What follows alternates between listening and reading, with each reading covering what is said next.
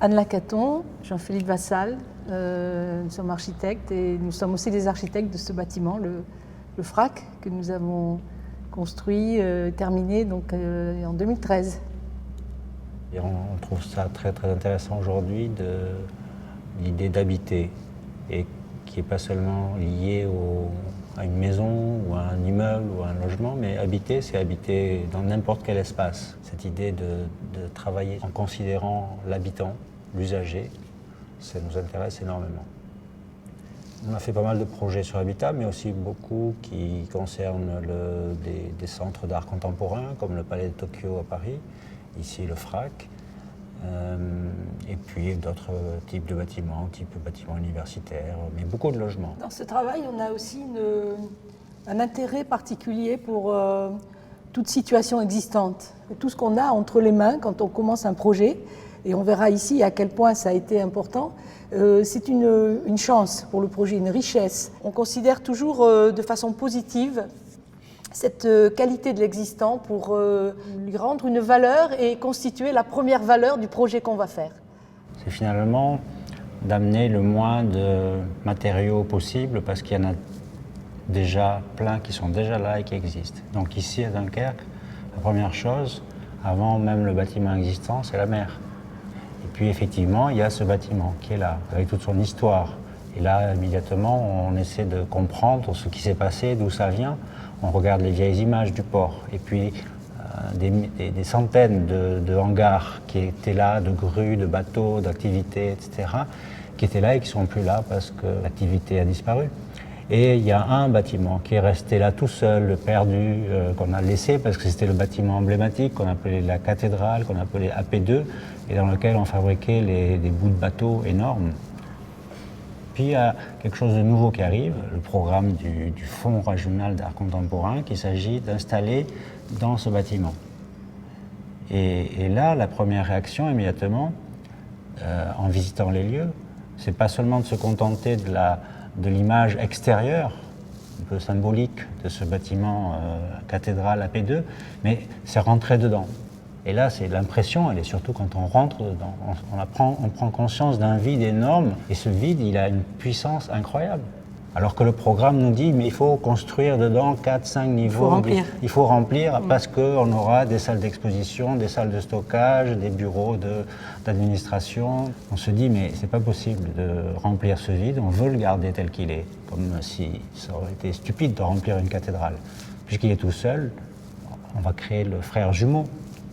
Un frère jumeau différent, mais avec exactement les mêmes dimensions, les mêmes proportions. Il sera transparent alors que l'autre est plutôt fermé et opaque. Et donc, c'est essayer de mettre en place ce système. C'est assez simple. Il y a la mer, il y a le bâtiment, son vide, le double. Et les fonctions du musée. Et puis finalement, d'exposition. Toutes les fonctions d'exposition, elles rentrent dans le double pour pouvoir laisser le premier totalement vide. Et à ce moment-là, il y a quelque chose de magique qui se passe. Tout d'un coup, il y a une relation qui se crée entre les deux.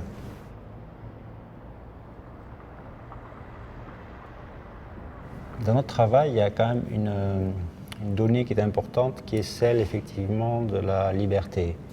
On trouve intéressant de travailler sur la question de l'économie et de voir comment finalement on essaie de se donner de la liberté en respectant très précisément un budget qui est le budget du projet standard. Quelles sont les solutions pour fabriquer un autre espace qu'on appelle l'espace double, c'est-à-dire le double de l'espace programmatique qui devient un espace libre. Et l'espace programmatique et l'espace libre, côte à côte, ils fusionnent et ils fabriquent quelque chose de différent, qui donne de l'aisance, qui donne de la facilité, qui donne du plaisir, du bonheur, des possibilités de liberté. L'idée n'est pas de faire un bâtiment à côté de l'autre pour sauvegarder le premier. C'est simplement de reconstruire l'histoire en additionnant quelque chose et en créant un nouvel ensemble. Et les deux maintenant sont totalement inséparables, même dans la fonction. C'est-à-dire que ce que propose le vide, précisément, c'est ce que le bâtiment nouveau à côté ne propose pas. C'est une capacité d'espace et une possibilité d'exposition, de concert, d'événements publics qui est énorme. Mais il n'y a pas de désolidarisation. Et c'était aussi pour nous une façon de considérer cette demande de mémoire. Et on trouvait que la mémoire était beaucoup plus représentée par cette idée de renforcer la vie et l'activité. Donc précisément dans cette nouvelle vie, un nouvel quartier, dans ce nouvel espace de Dunkerque, ce qui était important, je trouvais, c'était de ne pas se contenter de la nostalgie, de la mémoire, mais en doublant, de parler d'ambition. C'est-à-dire, effectivement, il y a une activité du port qui a disparu, mais il y a une activité, une vie à venir. Ça peut être quoi? Ça peut être invité déjà. Il se peut qu'il y ait des artistes qui aient envie d'expérimenter ou de projets de dimension très très importante, mais c'est aussi une invitation vis-à-vis de la ville de Dunkerque, parce qu'il y a tout d'un coup des événements dont on voit bien qu'il serait intéressant de mettre côte à côte des éléments d'art contemporain et des activités de la ville de Dunkerque. Parce que tout d'un coup, il y a là encore une rencontre qui peut se proposer. Il y a des gens qui viendront, par exemple, jouer à la pétanque, et en même temps, c'est clair qu'une fois qu'ils auront fini leur partie, peut-être qu'ils iront voir l'exposition. C'est un espace extrêmement facile. On y rentre avec un semi-remorque, si on veut. On a des ponts roulants qu'on a remis en état pour pouvoir soulever des masses très importantes, des œuvres, et les amener dans ce bâtiment par les grands balcons qui donnent l'un sur l'autre. Donc c'est vraiment un espace d'une très grande facilité. C'est des lieux qui ont une capacité incroyable, et des lieux comme ça, il y en a un peu dans le monde. Quand on avait effectivement fait le projet, on avait pensé à certaines expositions qui avaient lieu à la Tate Moderne, à Nishkapur, qui avait exposé un truc immense, mais on est dans les mêmes dimensions. C'est-à-dire qu'effectivement, il peut y avoir des objets comme ça. Alors, il y en aura peut-être un tous les 10 ans, j'en sais rien, mais c'est suffisant, en tout cas, que ce soit possible. Ce qui est possible dans la halle AP2 n'est pas possible ici, ou ce qu'on fait ici dans une salle comme celle-là ne pourrait pas se faire à côté. Contre cette halle AP2, on a effectivement le nouveau bâtiment. Le nouveau bâtiment, il est vraiment divisé en deux parties.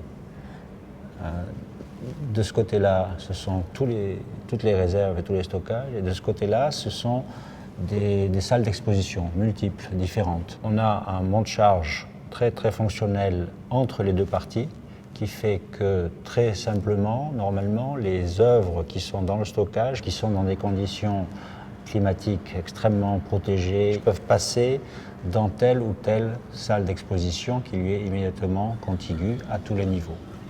Et donc ces différentes salles d'exposition, elles sont situées les unes au-dessus des autres, et finalement elles permettent de prendre un spectateur en partie basse et de l'amener par le chemin d'exposition jusqu'au plus haut, c'est-à-dire jusqu'au belvédère.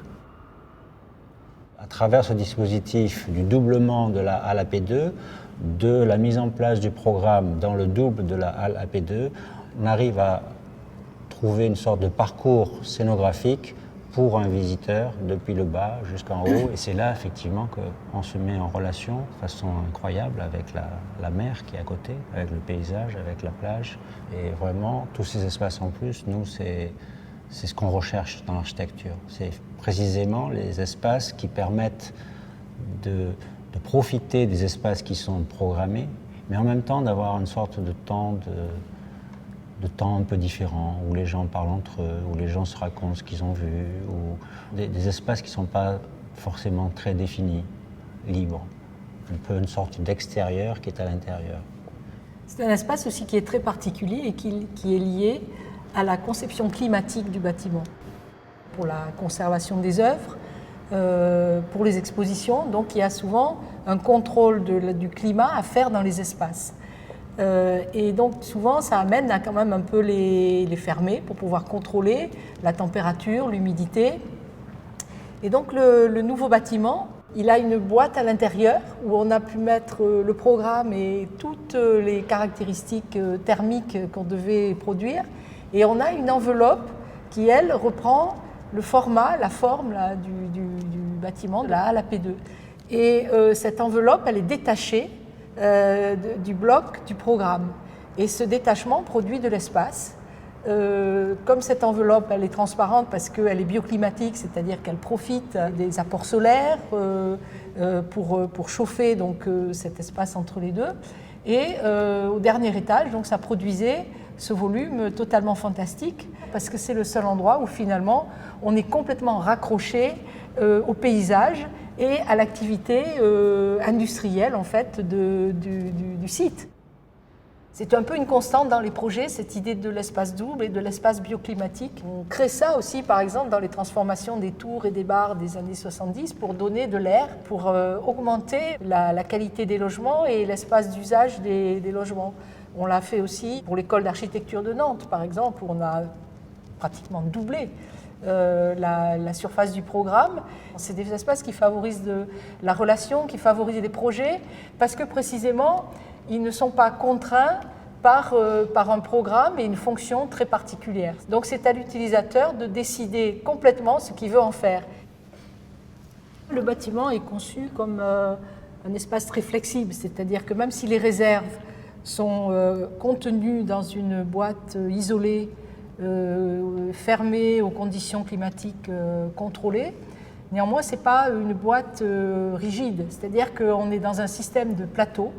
Donc c'est des planchers qui se superposent, qui sont portés par des colonnes, mais toutes les cloisons sont des cloisons démontables avec des fréquences différentes. C'est vrai que ce qui reconfigure les expositions, la fréquence elle est à chaque exposition, alors que ce qui ferme les réserves, c'est peut-être là pour des années.